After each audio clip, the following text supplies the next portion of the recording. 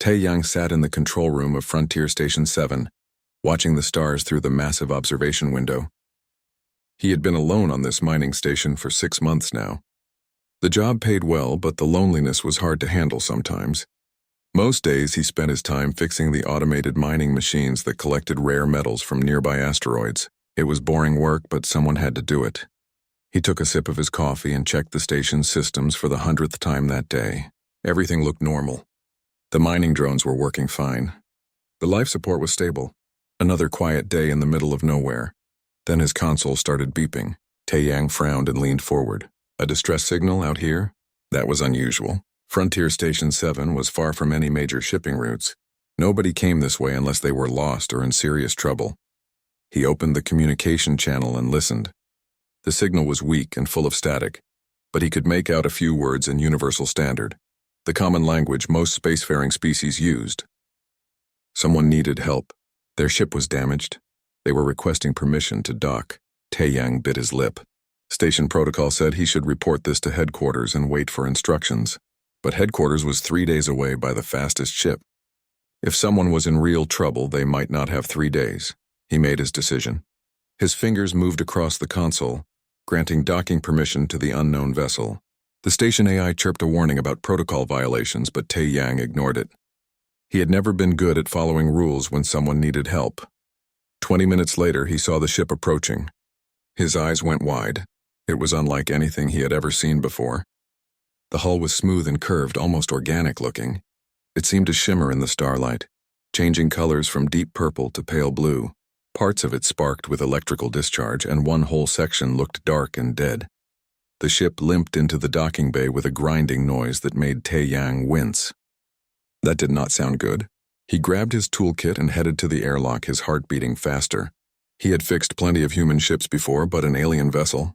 This would be interesting. The airlock cycled open with a hiss. Tae-Yang waited, not sure what to expect. Slowly, the door of the alien ship opened, and 3 figures stepped out. They were definitely not human. The first one was tall, maybe 6.5 feet. Her skin was a beautiful shade of blue that seemed to glow slightly in the station's lights. Instead of hair, she had what looked like crystal formations growing from her head, catching the light and throwing tiny rainbows across the walls. She wore a uniform that seemed to shift and move on its own. The second alien was shorter and covered in scales that changed color as she moved, flowing from green to silver to gold. Her eyes were large and cat-like, and she had a tail that swished nervously behind her. The third one was built like a weightlifter, stocky and strong. She had 4 arms instead of 2, and her skin was covered in patterns that glowed with a soft bioluminescent light. She was the one carrying what looked like a toolkit. All 3 of them looked exhausted and worried. The tall blue one stepped forward. She touched a device on her belt and spoke. The words came out in a musical, flowing language that Tae-Yang did not understand. The device on her belt sparked and made a grinding noise. She frowned and tapped it, trying again. This time the words came out broken and choppy in Universal Standard. We apologize for intrusion. Ship damaged. Need help. Tae-Yang smiled and raised his hands to show he meant no harm. It's okay. I'm Tae-Yang. I'm the engineer here. I gave you permission to dock. Let me take a look at your ship. The tall one seemed to relax a little. She touched her chest. I am Hana, captain. She pointed to the scaled one. Yuna, navigator. Then to the 4-armed one. Dayun, engineer. Dayun's translator seemed to work better. She spoke quickly, her 4 hands moving as she talked. Our quantum drive matrix has failed. We have been drifting for 3 weeks. Terran cannot repair it with our current resources. We need specific components that do not exist in this sector of space. Tae-Yang nodded slowly, processing this information. Can I see the drive? Maybe I can help. The 3 aliens exchanged looks. Hana's translator sputtered back to life. You are human, yes? Your species, not known for quantum technology. Maybe not, Tae-Yang said with a shrug. But I'm pretty good at fixing things. Let me at least take a look. Hana studied him for a long moment, then nodded. You are kind to help strangers. We grateful. They led him into their ship, and Tae-Yang felt his jaw drop. The inside was even more amazing than the outside. The walls seemed alive, pulsing with soft light. There were no visible wires or circuits. Everything flowed together in organic curves. It was beautiful and completely alien. Dawoon brought him to the engine room. In the center of the space was what Tae-Yang assumed was the quantum drive. It looked like a giant crystal surrounded by flowing tubes of light, except right now most of those tubes were dark and the crystal looked dull and sick. Tae-Yang walked around it slowly, examining it from every angle. He pulled out his scanner and took readings. The three aliens watched him nervously. After 10 minutes of silence, Yuna spoke softly. "Can you help us?" Tae-Yang straightened up and scratched his head. Wow. This is based on bio-integrated technology, right? The ship is partly alive?" Tae-Yun nodded, clearly surprised. "Yes, how did you know?" "Because I recognized the power signature," Tae-Yang said. "Humans used something similar about 200 years ago. We called them fusion reactors. We abandoned the technology because it was too unpredictable, but the basic principles are the same." He pointed at the dying crystal. "This isn't really a machine. It's more like an organ, and right now it's dying because it can't regenerate the damaged tissue." All three aliens stared at him. Hana's translator crackled. "You understand our technology?" "Well, I understand the theory," Tae-Yang admitted. "Actually fixing it? That's going to be tricky. You're right that you don't have the right components. But maybe?" He trailed off, his mind already working on the problem. "Maybe what?" Tae-Yun asked, hope in her voice. Tae-Yang looked at them. "Maybe I can use human technology to patch it. It won't be perfect, but it might get you home." Hana stepped forward. "That would be impossible. Our biosystems do not accept synthetic technology. Many have tried. All have failed, maybe," Tae-Yang said with a small smile. "But I'm pretty good at making impossible things work. Let me run some tests. We'll figure something out." The three aliens looked at each other again. Something passed between them, some unspoken communication. Finally, Hana nodded. "We trust you, Tae-Yang." Those simple words hit him harder than he expected. When was the last time someone had said that to him? When was the last time he had felt this kind of purpose? He rolled up his sleeves. "Okay then, let's get to work." Tae-Yang spent the next 6 hours studying the alien ship's drive system. He set up his equipment around the dying crystal, running scan after scan. The three alien women stayed with him, answering his questions as best they could through their damaged translators. He learned that the Valerian Collective, their home civilization, was far away in another sector of space. They had been on a diplomatic mission when raiders attacked them. The raiders had damaged their ship but could not capture it. Hana had managed to escape, but the quantum drive had been slowly dying ever since. "Why did the raiders attack you?" Tae-Yang asked as he checked another readout. Yuna's scales shifted to a dark red color, which Tae-Yang guessed meant anger or fear. "They wanted our ship. Valerian bioships are valuable. Many species cannot build them. Only we have the technology. And now they cannot build them either because your engineer is stuck here with a broken ship," Tae-Yang said. He looked at Daeun. "No offense." Daeun made a sound that might have been a laugh. Her forearms moved in what seemed like a shrug. "No offense taken. I tried everything I know. The drive needs living crystal to heal itself, and we do not have any. We sent distress signals for weeks, but no Valerian ships came. We thought we would die out here." Tae-Yang looked at the dying crystal again. The more he studied it, the more he understood. It really was like a living thing.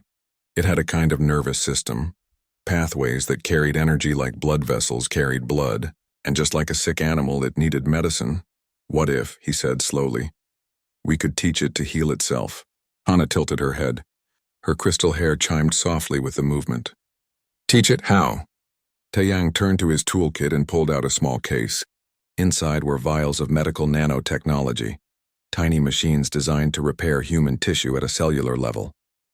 "Every mining station had them in case of accidents. These are medical nanobots," he explained. "We use them to heal injuries. They're programmed to repair damaged tissue and help the body heal itself." Daeun's bioluminescent patterns pulsed brighter. "You want to use human medical technology on our ship?" "Why not?" Tae-Yang said. "The principle is the same. Your drive is organic. These nanobots are designed to work with organic systems. If I can reprogram them correctly, they might be able to help the crystal heal." All three aliens stared at him. Finally, Hana spoke. "That should not work. Our biosystems only respond to Valerian neural patterns. They reject all foreign technology. It is built into their nature. But what if we trick them? Taeyang asked, warming to his idea. What if I can make the nanobots carry a neural pattern the ship will accept?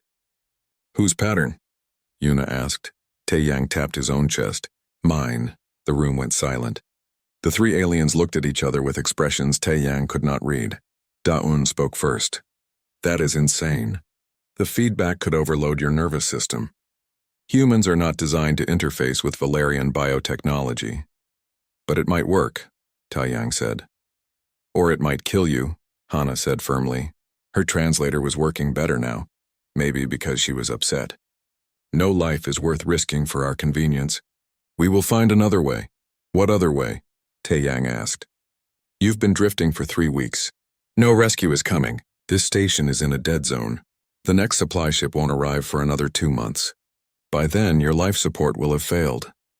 He could see the truth of his words hit them. Yuna's scales turned a pale, sickly color. Daeyeon's lights dimmed. Hana's crystal hair seemed to droop. There has to be another option, Hana insisted. Taeyang shook his head. I've run every test I can think of. Your drive is dying. Without living crystal or something that can stimulate healing, it's finished. And if your ship dies, you die. He paused. But if we try this, there's a chance. Maybe a small chance, but better than nothing. Why would you risk your life for us? Yuna asked softly. You do not know us. We are nothing to you. Taeyang thought about that.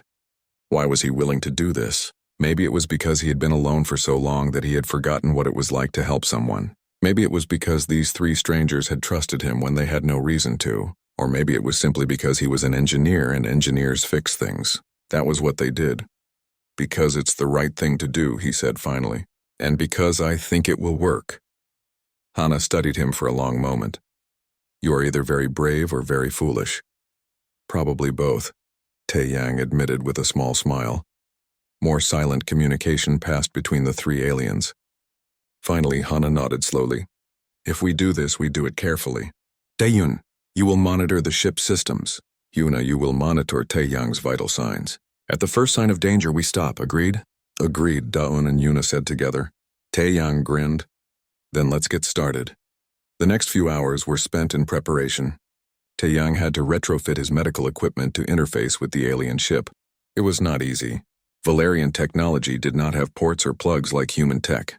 Everything was bioorganic, designed to connect directly to living nervous systems. Daeun helped him, and Taeyang was impressed by her knowledge.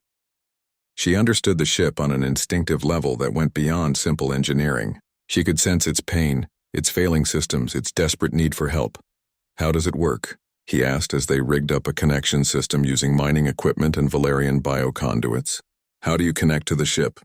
Daeun's 4 hands moved as she worked. We Valerians are partly telepathic. Not with other people, but with our technology. We grow up learning to feel the ships, to sense their needs. It is like... She paused, searching for words. Like you might feel your own heartbeat. You do not think about it, but you know it is there. And I'm going to try to do that as a human, Taeyang said. Yes, Daeun said, which is why this is crazy. Despite her words, she kept helping. They built a hybrid connection system, part human technology and part Valerian biotech. It looked like a mess, held together with improvised parts and hope. But Taeyang thought it might work. Yuna set up medical monitors around him, checking and rechecking that they would catch any problems. She was gentle and careful. And Taeyang noticed her scales had turned a soft blue color. He wondered if that meant she was worried. Hana stood to the side, watching everything with an expression that might have been guilt. She kept opening her mouth as if to call the whole thing off, then closing it again. It's going to be okay, Taeyang told her. Trust me. Those words worry me more than anything else, Hana said, but there was a hint of humor in her voice. Finally, everything was ready. Taeyang sat down in a chair they had brought from the station. Daeun held up the connection interface, a living cable that would link him directly to the ship's dying quantum drive. Last chance to change your mind, she said. Taeyang took a deep breath. His hands were shaking slightly, but not from fear. It was excitement. This was the most interesting problem he had faced in years. Let's do it, he said.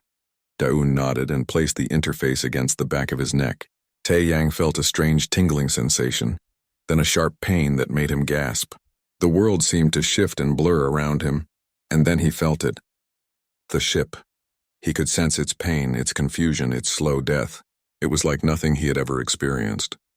The ship was alive, truly alive, and it was suffering. Taiyang closed his eyes and reached out with his mind. He had programmed the nanobots with his neural pattern. Now he released them into the ship's systems, guiding them with his thoughts. He could feel them spreading through the dying crystal, tiny workers searching for damage to repair. The ship's biosystem sensed the foreign technology and reacted with alarm. Taiyang felt a wave of rejection, like an immune system attacking an invader. Pain shot through his nervous system. He heard someone cry out and realized it was him. His vitals are spiking. Yuna shouted, "Should we disconnect him?" Taiyun asked. "No." Taiyang managed to gasp. "Not yet, just give me a minute." He focused harder, trying to show the ship that the nanobots were there to help. The pain was unlike anything Taiyang had ever felt. It was not physical pain exactly. It was deeper, stranger. Like his mind was being stretched in directions it was never meant to go. He could feel the ship fighting him, its dying biosystems trying to reject the foreign nanotechnology flooding through it. "Heart rate at 160, Yuna called out, her voice tight with worry. "Blood pressure rising. Brain activity is off the charts." Through the haze of pain, Taiyang could sense Daun's 4 hands hovering over the controls, ready to disconnect him. Part of him wanted her to do it. The pain was intense, but another part of him, the engineer part, knew they were so close. He could feel it. "Wait," he managed to say through gritted teeth. Something's changing, he was right. The ship's initial panic was fading. The biosystems were confused, but they were starting to recognize that the nanobots were not attackers. They were helpers. Taiyang focused all his will on projecting that single idea. Help, heal, repair. The quantum drive crystal pulsed weakly, like a sick heartbeat. Taiyang guided the nanobots deeper, showing them where the damage was worst. He could see it in his mind's eye, sections of the crystal that had gone dark and dead, pathways that no longer carried energy. The nanobots got to work. They could not replace the living crystal, but they could stimulate what remained. They acted like tiny doctors, removing dead tissue, connecting broken pathways, encouraging the ship's own healing systems to wake up. Slowly, almost imperceptibly at first, the crystal began to respond. A flicker of light appeared in a dark section. Then another. The ship's biosystem, sensing help at last, started working with the nanobots instead of against them. "It's working," Daun whispered, staring at her monitors. "By the stars, it's actually working." But the process was not easy. Every time the nanobots fixed one problem, Taiyang had to guide them to the next. And the more he worked, the more he felt himself connecting to the ship. It was not just a machine anymore. He could sense its personality, its history, its relief at finally getting help. Hours passed. Taiyang lost track of time. All that existed was him and the ship, working together, healing together. His body ached from sitting still so long. His head pounded. His mouth was dry. But he could not stop now. "Taiyang," Hana's voice came from somewhere far away. "You've been connected for 6 hours. Your body needs rest." 6 hours? It felt like minutes. Or maybe years. Time had no meaning in this strange connection. "Almost done," Taiyang whispered. "Just a little more." He pushed harder, using the last of his strength to guide the final nanobots into place. The quantum drive crystal was glowing now, brighter than before. New pathways of light spread across its surface like veins. The ship's biosystems hummed with renewed energy, and then suddenly it was finished. The ship was healed. More than healed. The hybrid repair system, mixing human nanotechnology with Valerian biosystems, had created something new, something better. Taiyang felt the ship's gratitude wash over him like a warm wave. It was a strange feeling, being thanked by a machine that was not really a machine. Then everything went dark. He woke up in his own quarters back on the station. He was lying on his bed, covered with a blanket. His body felt like it had been hit by a truck. Every muscle ached. His head throbbed. His mouth tasted like old metal, but he was alive. "You're awake," a soft voice said. Taiyang turned his head carefully and saw all 3 alien women sitting around his room. They looked exhausted but relieved. Hana was sitting closest to his bed. Yuna was curled up in a chair, her scales a peaceful green color. Dayun stood by the door, her forearms crossed. "How long?" Taeyang croaked. 18 hours, Hana said. We carried you here after you collapsed. We were worried you might not wake up. Taeyang tried to sit up and immediately regretted it. The room spun. Hana gently pushed him back down. Rest, she said firmly. You nearly killed yourself saving us. But it worked? Taeyang asked. The ship? Dayun stepped forward, and her bioluminescent patterns were pulsing with excitement. It more than worked. Taeyang, what you did was impossible. The ship is not just repaired. It's better. The hybrid system you created increased our drive efficiency by 40%. We can travel farther and faster than before. That's good? Taeyang said, still confused and groggy. That's incredible, Yuna corrected. No one has improved Valerian drive technology in centuries. What you did will change everything. Taeyang's tired brain tried to process this. He had just wanted to fix their ship. He had not thought about the larger implications. Hana reached out and took his hand. Her blue skin was warm against his. You risked your life for 3 strangers. You gave everything to save us. We can never repay this debt. You don't owe me anything, Taeyang said. I'm just glad it worked. The 3 aliens exchanged a look. There was something in that look that made Taeyang nervous. In our culture, Hana said slowly, when someone saves your life at great personal risk, a debt is created. We call it soul debt. It is the deepest obligation we know. Okay, Taeyang said carefully. What does that mean? Yuna leaned forward. It means we are bonded to you, all 3 of us. The debt must be repaid through an act of equal sacrifice, or... She hesitated. Or, Taeyang prompted. Or through marriage, Daeun finished bluntly. There was a long silence. Taeyang was sure he had misheard. I'm sorry, what? In Valerian society, Hana explained, marriage is how we resolve such debts. It is a practical arrangement of mutual support and honor. The person who saved us becomes part of our crew, our family. We care for them as they cared for us, Taeyang laughed. He could not help it. This had to be a joke. But the 3 aliens were not laughing. They looked completely serious. You're not joking, he said as his laughter died. We do not joke about soul debt, Hana said. It is sacred to us. Taeyang's mind raced. This was insane. He had just met these people yesterday. He could not marry them. All 3 of them? That was not how humans did things, was it? Look, he said, trying to be diplomatic. I appreciate the offer, really. But I just did what anyone would do. You don't need to marry me or anything crazy like that. Anyone would not do what you did, Yuna said quietly. Most people would not risk death for strangers. You did. That makes you special. And the debt remains whether you accept it or not, Daeun added. It will follow us forever. Every Valerian who sees us will know we carry an unpaid soul debt. It is a mark of dishonor. Taeyang closed his eyes. This was getting complicated. Okay, let's say I believe you about this debt thing. There must be another way to resolve it, something that doesn't involve marriage. The 3 aliens looked at each other again. They seemed to have entire conversations with just their eyes. There is one alternative, Hana said finally. You could join our crew. Become our official engineer. Travel with us? As your employee? Taeyang asked. As our equal, Hana corrected. A full member of the crew. You would share in all decisions, all rewards, all dangers. In Valerian society, a crew is like a family. If you joined us, the debt would be considered paid through continued mutual support. Taeyang thought about this. Leave the mining station? Leave his quiet, lonely life. Travel with 3 alien women through unknown space? It sounded terrifying. It also sounded like the most interesting thing that had ever happened to him. Can I think about it? He asked. Of course, Hana said. This is a big decision. Take all the time you need. But before Taeyang could think more about it, the station's alarm started blaring. Everyone jumped.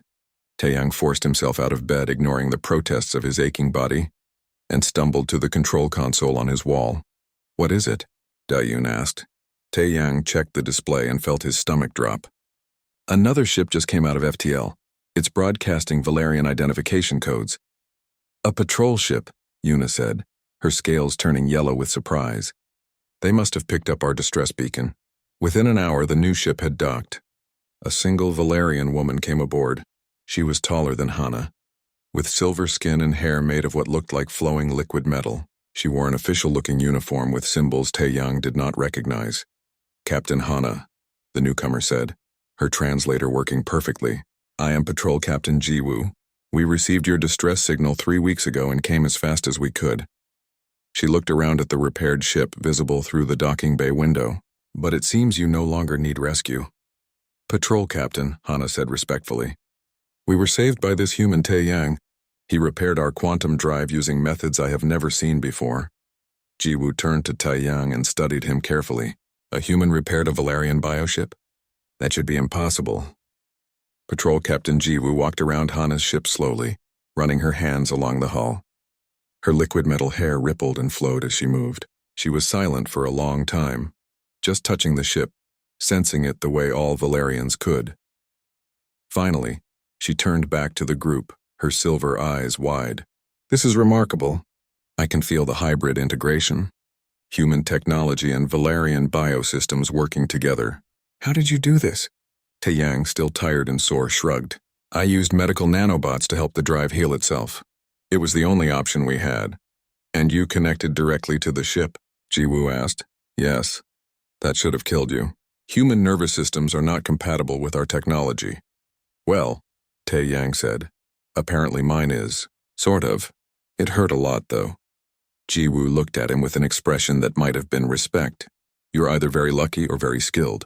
Probably both. She turned to Hana. I assume you have informed him of the soul debt? Hana nodded. We have. He is considering our offer to join the crew. And if he refuses? Jiwoo asked. Then the debt remains unpaid, Yuna said quietly. We will carry that dishonor. Jiwoo nodded slowly. The law is clear. When a life debt is owed, it must be resolved. She looked at Tae-Yang. But there is another option. You could come with me to Valerian space. The collective would reward you greatly for what you have done.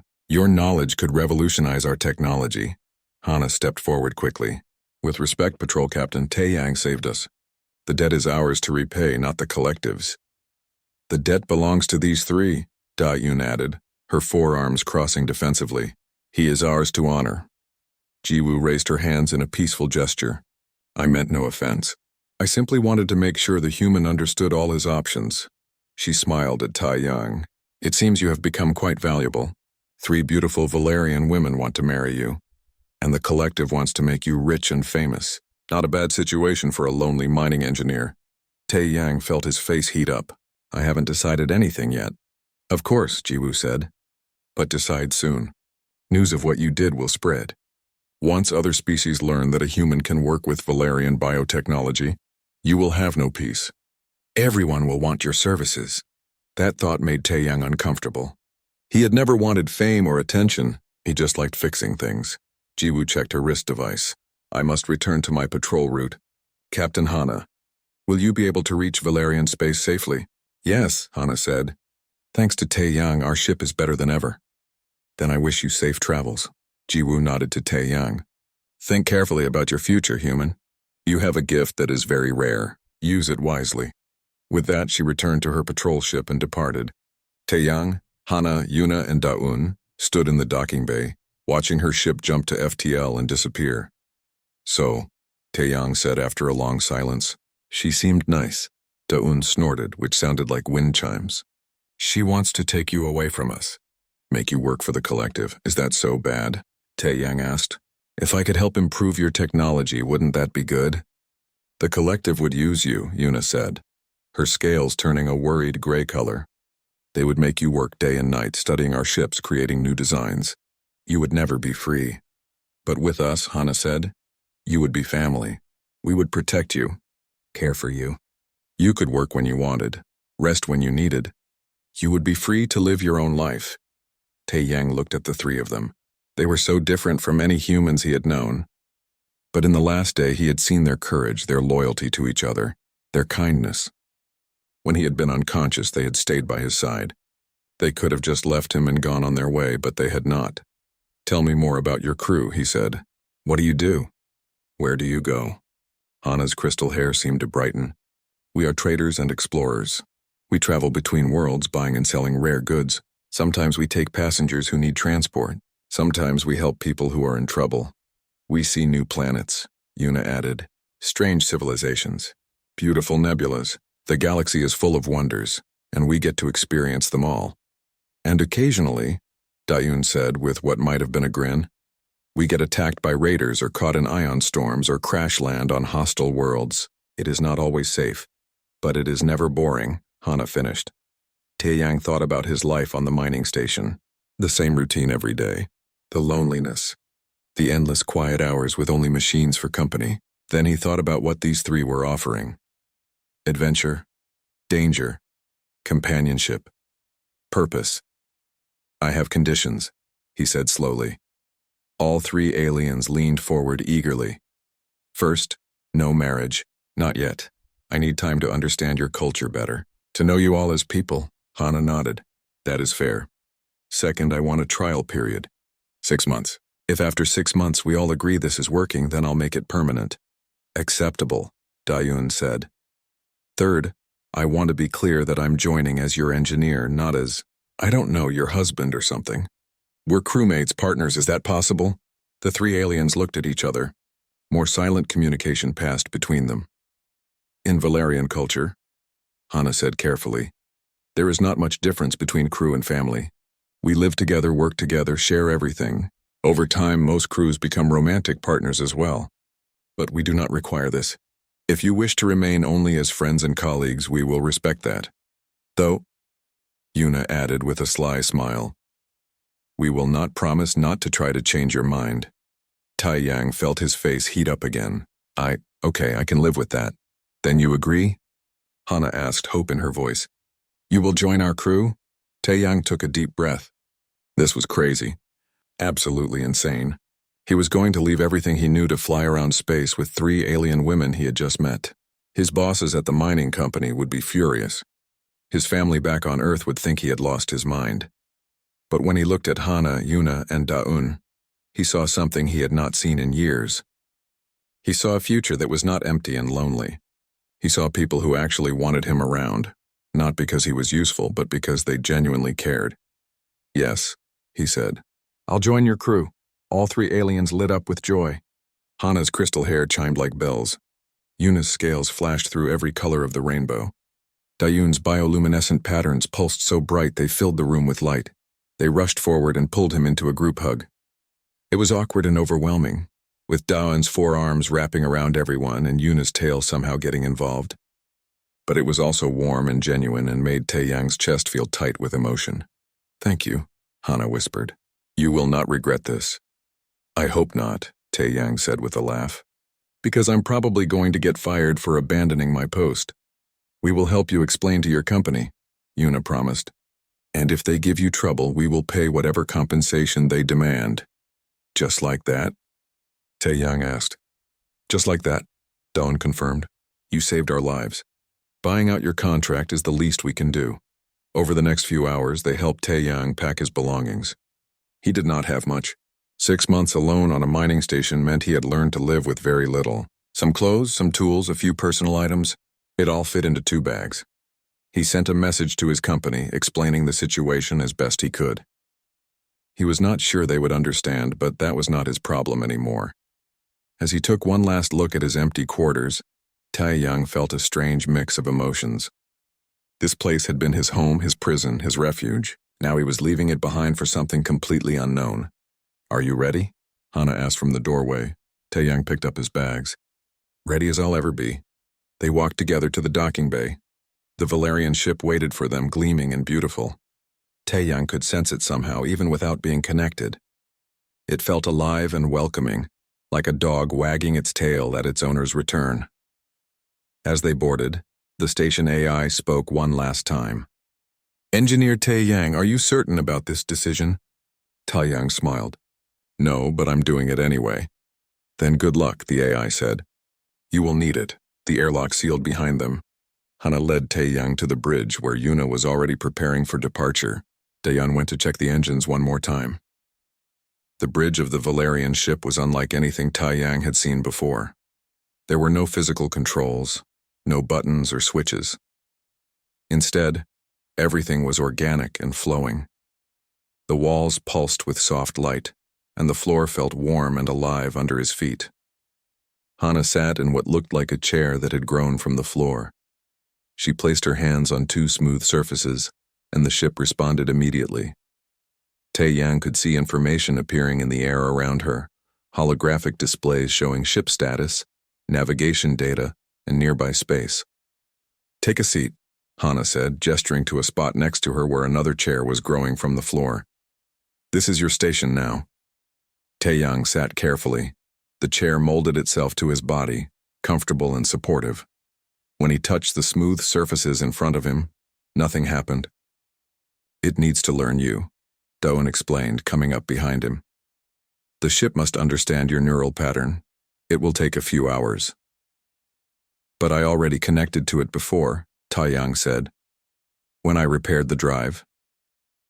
That was different, Daewon said. That was an emergency interface. This is about becoming part of the crew. The ship will learn to recognize you, trust you, respond to your commands. It is like making a new friend. As if in response, Taeyang felt a gentle warmth spread through his hands where they touched the control surfaces. It was the ship, reaching out to him, beginning the process of bonding. Station protocols cleared, Yuna announced from her navigation post. We are ready to depart. Hana looked at Taeyang. Last chance to change your mind. Taeyang thought about the empty mining station behind them, the lonely months, the quiet desperation of a life without purpose. Then he looked at the three women who had welcomed him into their crew, their family. I'm not changing my mind, he said. Let's go. Hana smiled and sent a command to the ship. They lifted smoothly from the docking bay and glided out into open space. Taeyang watched through the transparent sections of the hull as Frontier Station 7 grew smaller and smaller behind them. Setting course for the nearest trade hub, Yuna said. 3 days at standard cruise speed. Why a trade hub? Taeyang asked. You need to be officially registered as part of our crew, Hana explained. It is a legal requirement. Also, we need to resupply and find our next cargo. The ship jumped to FTL, and the stars stretched into long lines around them. Taeyang felt the ship's joy through his connection to the controls. It was happy to be moving again, happy to be whole and healthy.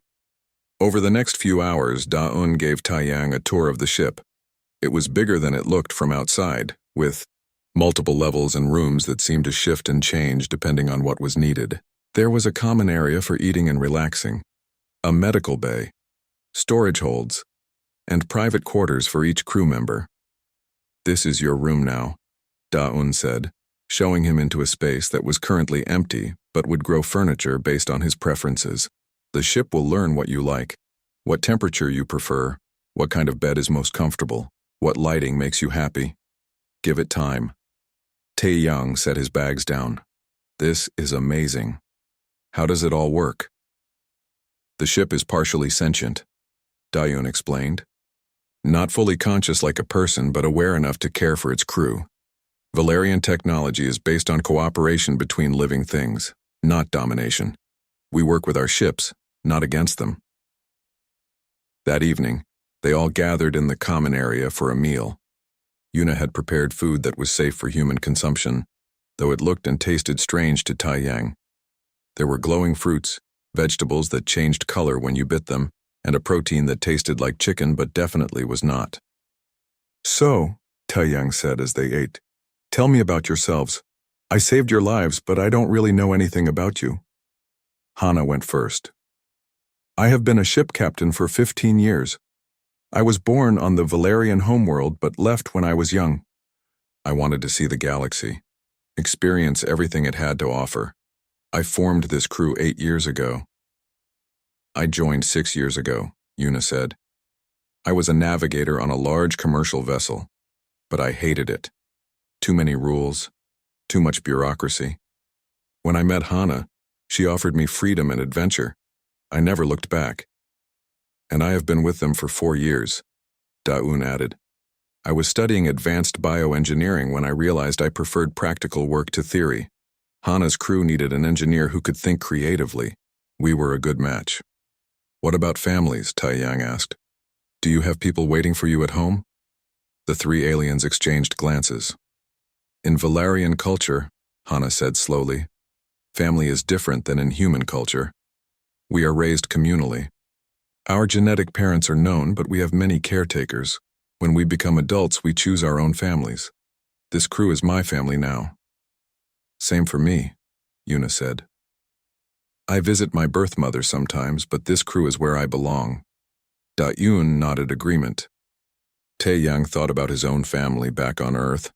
His parents, who thought he was wasting his talent on a remote mining station.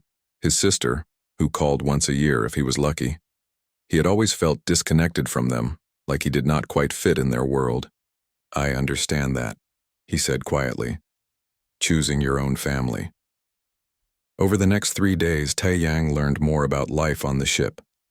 He helped Da-Un with maintenance, learning how to sense the ship's needs through their neural connection. He studied navigation with Yuna, understanding how to read star charts and calculate FTL jumps. He watched Hana manage their business, negotiating with potential clients through long-range communications. He also learned about Valerian culture, their customs, their beliefs, their history. The 3 women were patient teachers answering his endless questions without complaint. On the 3rd day, they arrived at the trade hub. It was a massive station, 10 times the size of Frontier Station 7, bustling with ships from dozens of different species. Hana docked smoothly, and they all went to the registration office. The clerk was an insect-like alien with multiple eyes and clicking mandibles. He looked at Tae-Yang with what might have been surprise. A human? Joining a Valerian crew? That is unusual.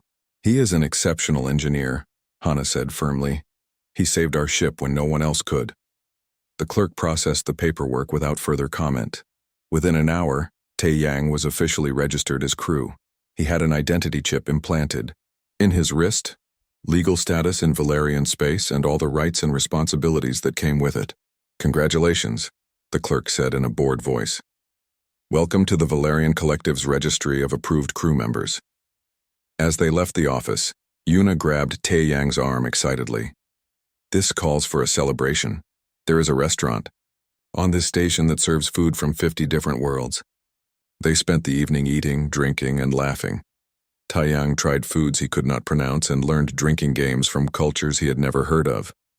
For the first time in years, he felt truly happy. Later, as they walked back to the ship, Hana pulled him aside. I want to thank you, she said. Not just for fixing our ship, but for joining us. We have been a crew of 3 for a long time. Adding a 4th member changes everything. But I think you fit with us. I think so too, Tae-Yang said. This is the most alive I've felt in forever. Then you understand, Hana said with a smile. The real reward was never about marriage or money or fame. It was about belonging, about finding people who see you for who you truly are and value that. Tae-Yang nodded. She was right. He had spent so long alone, convincing himself that he preferred it that way, but now he realized he had just been afraid. Afraid of being rejected, of not being good enough, of getting hurt. These 3 alien women had accepted him without hesitation. They had welcomed him into their lives, their crew, their family. That was worth more than any payment.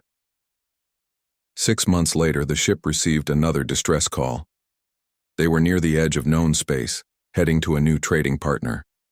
Tae-Yang was on the bridge, monitoring the ship's systems. His connection to the ship was strong now. He could sense its moods, its needs, almost without thinking. Distress signal, Yuna announced. Small transport vessel. Engine failure. Hana looked at Tae-Yang. What do you think, engineer? Can we help them? Tae-Yang smiled and cracked his knuckles. Let's find out. As they changed course toward the distressed ship, Tae-Yang realized how much had changed. 6 months ago, he had been alone on a mining station, fixing machines because he had nothing better to do. Now he was traveling through space with 3 remarkable women who had become his closest friends, maybe more than friends, though they were all still figuring out what that meant. He had found his place in the galaxy. He had found his purpose. And every new problem, every new challenge, every new ship that needed fixing, just proved that he had made the right choice. Da-Yun came to the bridge, her forearms carrying various tools. Ready for another impossible repair? Always, Tae-Yang said. Yuna grinned. This is going to be fun. Hana sent the ship forward, faster and more efficient than any Valerian ship before it, thanks to Tae-Yang's hybrid technology. They were coming to help, just as someone had once helped them. As they approached the disabled vessel, Taeyang felt the same excitement he had felt that first day. This was his life now, fixing impossible problems, helping strangers, exploring the unknown. And he was not doing it alone. He looked at Hana, Yuna, and Daun, his crew, his family.